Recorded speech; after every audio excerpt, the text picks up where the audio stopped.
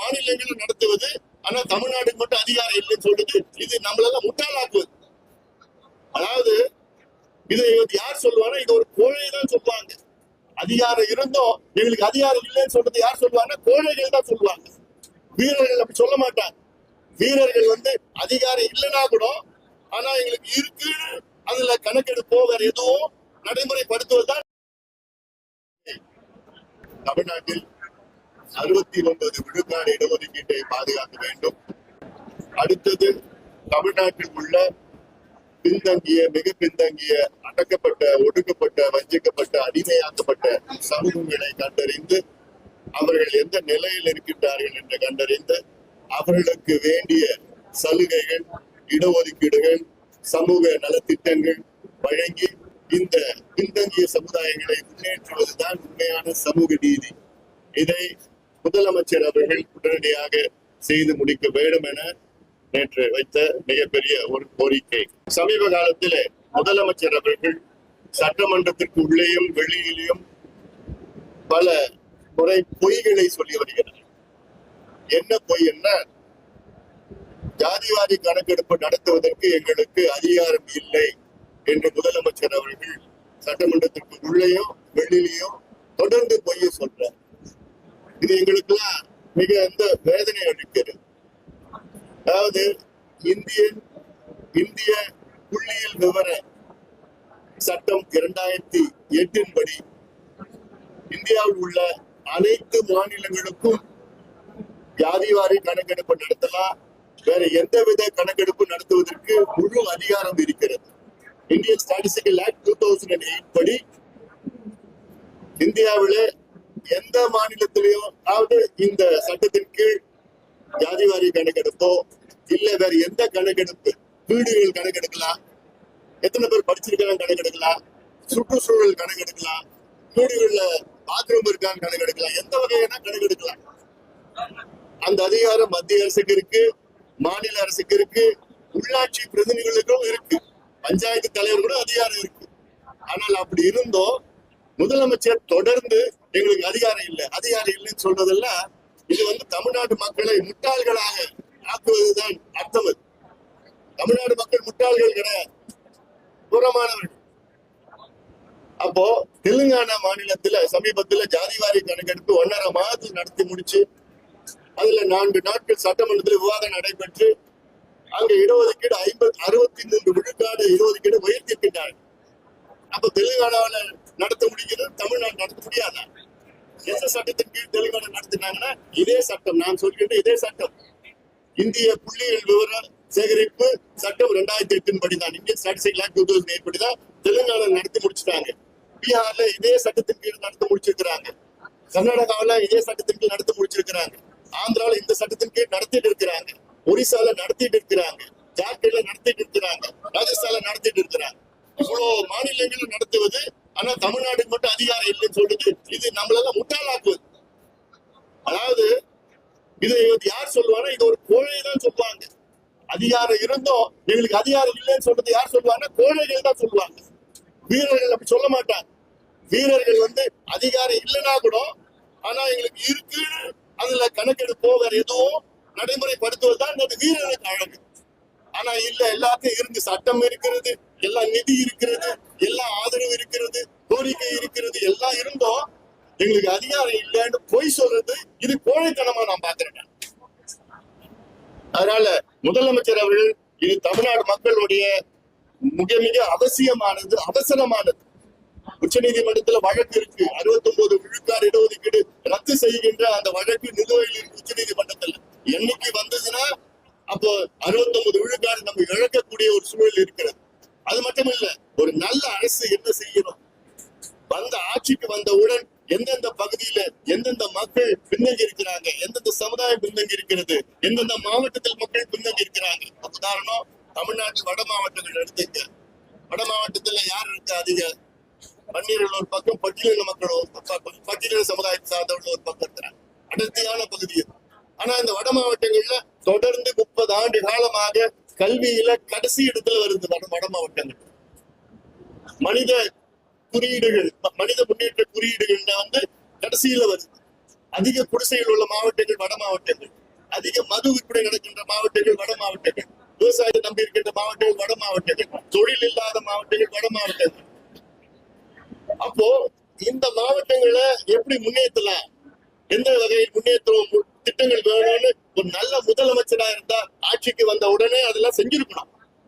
எந்த பகுதி குறைவா இருக்கு தாழ்வா இருக்குன்னா அதை முன்னேற்றுவதுதான் முதலமைச்சருடைய கடமை. அந்த கணக்கெடுப்பு கூட நடத்த தைரியம் இல்லாத ஒரு முதலமைச்சர் தான் நம்ம பார்த்துட்டு இருக்கிறோம். என்ன உங்களுக்கு தைரியம் இல்லை? ஏன் தைரியம் இல்லை? என்ன பயம் உங்களுக்கு? என்ன காரணம்? மற்ற மாநிலங்கள்லாம் எடுக்கிறதுக்கு தைரியம் இருக்கு. தெலுங்கானா மாநிலத்துல முதலமைச்சர் ரேவந்த் ரெட்டி காங்கிரஸ் தைரியமா எடுக்கிறார். அதுக்கு ராகுல் காந்தி அந்த கணக்கெடுப்பை தொடங்கி வச்சுட்டு போறாரு. அப்போ ராகுல் காந்திக்கு தெரியாதா சட்டம் இருக்கா இல்லையான்னு தெரியாதா? தெலுங்கானா முதலமைச்சருக்கு தெரியாதா சட்டம் இருக்குன்னு தெரியாதா? தமிழ்நாடு முதலமைச்சர் மட்டும்தான் சட்டம் இல்லையா? இல்ல தமிழ்நாடு ஜப்பான்ல இருக்கா, சைனாவில இருக்கா? இந்தியாவில தானே இருக்கு. அப்ப எதுக்கு போய் சொல்றீங்க? என்ன காரணம்? தமிழ்நாட்டுல எல்லா கட்சியும் கேட்கிறாங்க, கணக்கெடுப்பு நடத்துங்கன்னு கேட்கிறாங்க. சமூக நீதி பேசுற நீங்க கணக்கெடுப்பு நடத்தலன்னு நீங்க சமூக நீதிக்கும் உங்களுக்கு சம்பந்தமே கிடையாது. சமூக நீதி பத்தி பேசாதீங்க. வேற ஏதாவது இருக்கா? கேள்வி இருக்கா? வருகின்ற சட்டமன்ற தேர்தலில் பாமக தலைமையில் கூட்டணியா அல்லது திராவிட கட்சியில்? பொறுத்திருந்து பாருங்கள். இன்னும் காலம் இருக்கு, தேர்தலுக்கு காலம் இருக்கு, பொறுத்திருந்து பாருங்கள். ஆனால் சட்டமன்ற தேர்தலுக்கு பிறகு தமிழ்நாட்டிலே கூட்டணி ஆட்சி, அதில் பாமக அங்கமாக இருக்கு. மாநாடு முடிஞ்சு வர இடத்துல பாத்தீங்கன்னா எல்லா இடத்துலயும் போலீஸ் கிடையாது சொல்லிருக்காங்க. அணில் மாவட்டம் ஃபுல்லா பாத்தீங்கன்னா அது திரும்பி வர பாமக தொண்டர்கள் உணவு கூட கிடையாது, தண்ணீர் கூட கிடைக்காத பண்ணிருக்காங்க. அதை பத்தி என்ன நினைச்சீங்க? இதுதான் திருவண்ணாமலையில் நடந்தது. திருவண்ணாமலையில சமீபத்துல மிகப்பெரிய ஒரு மாநாடு நடத்தணும். உழவர் பேரியக்க சார்பில் விவசாய மாநாடு. லட்சக்கணக்கான மக்கள் கூடினார்கள். அங்க கிட்டத்தட்ட ஒரு 100-200 போலீஸ் தான் அங்க இருந்தாங்க. மொத்தத்துல எந்த ஒரு போக்குவரத்து கட்டுப்படுத்தல, ஒண்ணும் பண்ணல, அப்படியே விட்டுட்டு போயிட்டாங்க. அந்த மாநாடு திடலுக்கு போறதுக்கு பாத்தீங்கன்னா எங்க மாநாடே நாங்க 8 மணிக்கெல்லாம் முடிச்சிட்டோம் இரவு. ஆனா 10-10:30 பிறகுதான் மக்கள் போறதுக்கு அந்த அனுமதி அவங்களுக்கு கிடைச்சது. அனுமதினா அந்த அளவுக்கு போக்குவரத்து நெரிசல், அங்க உணவு கிடையாது, எதுவும் கிடையாது. அப்போ இது வேண்டுமென்றே திட்டமிட்டு மாநாடு வெற்றி கூடாது என்ற எண்ணத்துலதான் காவல்துறை வைத்து தமிழக அரசு கீழ்த்தனமான செயல்களில் ஈடுபட்டு கொண்டிருக்கிறது. சட்டம் ஒழுங்கு கடைபிடிப்பது அது வேறு. எங்களால எந்த சட்டமும் ஒழுங்கு பிரச்சனை எல்லாம் வரல. அப்புறம் என்ன இது போன்ற செயல்களில் காவல்துறை ஈடுபடக்கூடாது. காவல்துறைக்கு மிக முக்கிய வேலை சட்ட ஒழுங்கு. கஞ்சா விற்கிறவங்க பிடிங்க, கள்ளச்சாராயம் விற்கிறவங்க பிடிங்க. தமிழ்நாட்டுல பாத்தீங்கன்னா இந்த பெண்களுக்கு எதிரான பாலியல் வன்கொடுமைகள் இந்த ஒரு மாதத்துல கிட்டத்தட்ட 15 சம்பவங்கள். ஒரு மாதத்துல. இந்தியாவில எந்த மாநிலத்துல அப்படி நடக்கல. கிருஷ்ணகிரியில பார்த்தா அப்படி, திருப்பூர்ல அப்படி நடந்துட்டு இருக்கு, ஈரோடுல நடந்துட்டு, கோயம்புத்தூர்ல நடந்துட்டு இருக்குது, வேலூர்ல நடந்துட்டு இருக்கு, திருச்சியில நடந்துட்டு இருக்குது, சென்னையில சொல்லக்கூடிய அவ்வளவு மோசமா இருக்கு. ஒவ்வொரு மாவட்டங்கள்லயும் பாத்தீங்கன்னா 6 பேர் 7 பேர் சேர்ந்து ஒரு பெண்ணை பாலியல் பலாத்காரம் செய்யறாங்க. என்ன காரணம்னா கஞ்சா. மதுவும் கஞ்சாவும் தான். காவல்துறைக்கு தெரியாம யாராவது கஞ்சா விற்க முடியுமா? இப்போ கஞ்சா வாங்குறவன் எப்படி போய் கஞ்சா வாங்குறான்? அவனுக்கு தெரிஞ்சது காவல்துறைக்கு தெரியாதாமா? விற்கிறவன் எவனு வாங்குறவன் போய் வாங்குறான், அவன் விற்கிறவனு எவனுக்கு தெரியுது, காவல்துறைக்கு எப்படி தெரியாம போயிடும்? அதனால ஆனா முதலமைச்சர் பாக்குறதும் இந்த தொலைக்காட்சியில போதை பழக்கத்துக்கு அடிக்கை ஆகாதீர்கள் அப்படிலாம் நான் அப்பா இப்ப எல்லாம் சொல்றதுலாம் பிரயோஜனம் கிடையாது. உங்ககிட்ட அதிகாரம் இருக்குது, உங்ககிட்ட சட்டம் இருக்கு. கையெழுத்து போட்டு நாங்க பூரண மதுவிலக்கு கொண்டு வருவோம்னா தமிழ்நாட்டில் உள்ள கிட்டத்தட்ட 3/4 சட்டம் ஒழுங்கு பிரச்சனை தீரும். அதே போன்று நீங்க காவல்துறையில கட்டுப்பாட்டுடன் நடந்து கஞ்சாவை ஒழிக்க சொன்னா ஒரே வாரத்துல ஒழிக்க முடியும். ஒரு வாரத்துல. எங்ககிட்ட அதிகாரத்தை விட்டுங்க, எங்களுக்கு தேவை ஒரு வாரம் தான். அது எங்களால செய்ய முடியும். ஆனா அதை பத்தி எந்த அக்கறையும் எந்த கவலையும் முதலமைச்சருக்கு கிடையாது. விளம்பரம் மட்டும்தான். காலையில இருந்து விளம்பரம் 2 மணி நேரம் விளம்பரம் பண்ணிட்டு அவ்வளவுதான் நடக்குது. விளம்பர அரசு தான் நடந்துட்டு இருக்கு. அது அவங்களுக்கும் அந்த பிஜேபிக்கும் இருக்கிற பிரச்சனை. அது எங்களுக்கு அது எந்த கருத்தும் கிடையாது. அதோட முக்கியமான பிரச்சனைகள் இருக்குங்க. அதுல இருந்து கவனம் செலுத்துங்க. இந்த பாலியல், பெண்களுக்கு எதிரான பாலியல் வன்கொடுமைகள், கஞ்சா பிரச்சனை, இது போன்ற ஜாதிவாரி கணக்கெடுப்பு பிரச்சனை, ஆசிரியர்கள் எவ்வளவு பேர் நிரந்தரம் ஆக்கணும்னு சொல்லிட்டு வாக்குறுதி கொடுத்தாங்க. அதே போன்ற அரசு ஊழியர்களும் ஆசிரியர்களுக்கும் கிட்டத்தட்ட நாங்க ஆட்சிக்கு வந்து உடன் பழைய ஓய்வூதியத்தை கொண்டு வருவோம் என்று வாக்குறுதி, பொய்யான வாக்குறுதி கொடுத்தார். நீட்டு நாங்க வந்தவுடன் நீட்டை ரத்து பண்ணுவோம், ஒரே வாரத்தில் ரத்து பண்ணுவோம். யார் சொன்னா?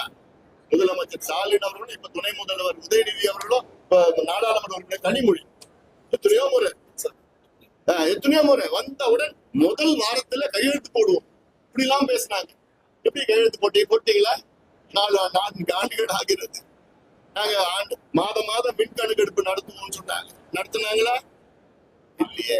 மாதம் மின் கணக்கெடுப்பு நடத்தினாங்கன்னா கிட்ட 40 விழுக்காடு நம்முடைய எல்லார் வீட்டிலுடைய மின்சார கட்டணம் குறையும். 40 விழுக்காடு. ஆனா இன்னைக்கு கடந்த 2 ஆண்டுகள்ல கிட்டத்தட்ட 36 விழுக்காடு மின் கட்டணத்தை உயர்த்திட்டாங்க. உயர்த்தியோ நட்டத்துல ஓடுன்னு சொல்லிட்டு இருக்கிறாங்க.